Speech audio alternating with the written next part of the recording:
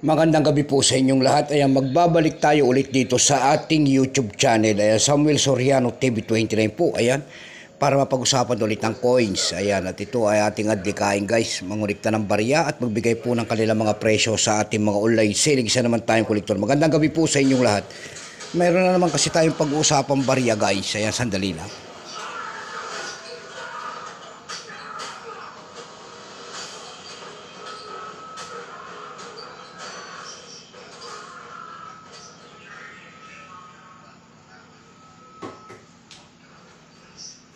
Ang pag-uusapan natin barya guys ngayong gabi, ito po ay barya po ng Manebia.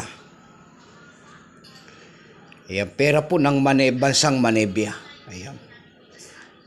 Ewan ko lang kung Agila yan. Ayan, Agila yan o ano. Year 1993 po, ayan.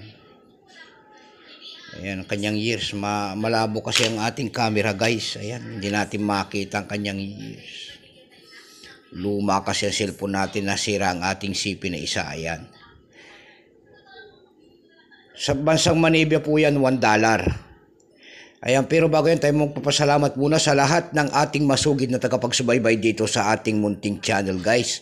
Lalo na ang aking mga subscriber dyan. Magandang gabi po sa inyong lahat. Ayan.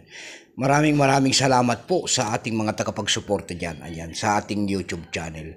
Maraming salamat din po sa mga manonood ko dyan sa aking FB page. Ayan. Lahat po na nakapalo sa aking FB page, magandang gabi po. Keep safe po and God bless. Suportahan niyo po sana ang ating FB page. Ayan.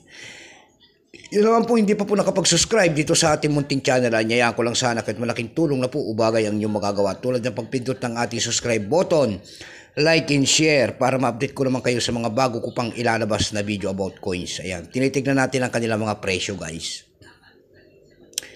Ito po ay sa bansang Manebia. Namibia. Ayan. Nagsimulang years nito guys mula year 1993 hanggang 2018. Value niyan $1. Currency dollar 1993 up to date po. Kung ano materialis ang ginamit sa barya na yan po ay aluminum bronze. Ayan, aluminum bronze. May bigat lamang itong 5 grams, may haba itong 20.6 mm. May kapal po naman itong 1.9 mm. Orientation niya ay middle alignment. Number N-16050. Reference number KM-4. Ito pong year 1993 na ito ay 36%. Ayan. 36% guys. Wala pa pong may pakita ang bansang Namibia sa barya na yan kung ilang piraso po ang kanilang ginawa. Pero may presal na rin po yan doon sa ating numista kung tawagin ng ating mga kolektor. Yung kanyang extra pa po ay nagkakahalaga na ng presyo na po na 31 pesos. Yung kanyang almost uncirculated ay 40. Ang circulated niyang guys may presyo po na 170. Dako naman tayo guys sa kanyang bintahan po. Ayan, sa ab.com guys. Sa ab.com guys, nagtingin-tingin tayo kung may mga nagbebenta na nito. Ayan. Doon sa ating ab.com nakakita tayo nagbebenta nito guys ng $5. Ayan, $5 na. Mayroon naman tayo nakita doon na $4.74. Yung pinakamababa po na bintahan doon guys ay $2.79. Ayan, may git $100 na. Dako naman tayo sa Carousel PH. Ayan.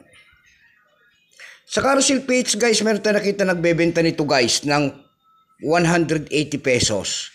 Nasundan po yan ng 100 pesos. Yung pinakamababa po na bintahan doon ay 100 pesos na. Ay 50 pesos na, sorry po. Ayan, 50 pesos na po ang pinakamababa po na bintahan itong pera na ito. Ayan. Ayan lamang po ang aking may babaging kanyang presyo guys. Ayan, magandang gabi po sa inyo lahat. Keep safe po and God bless.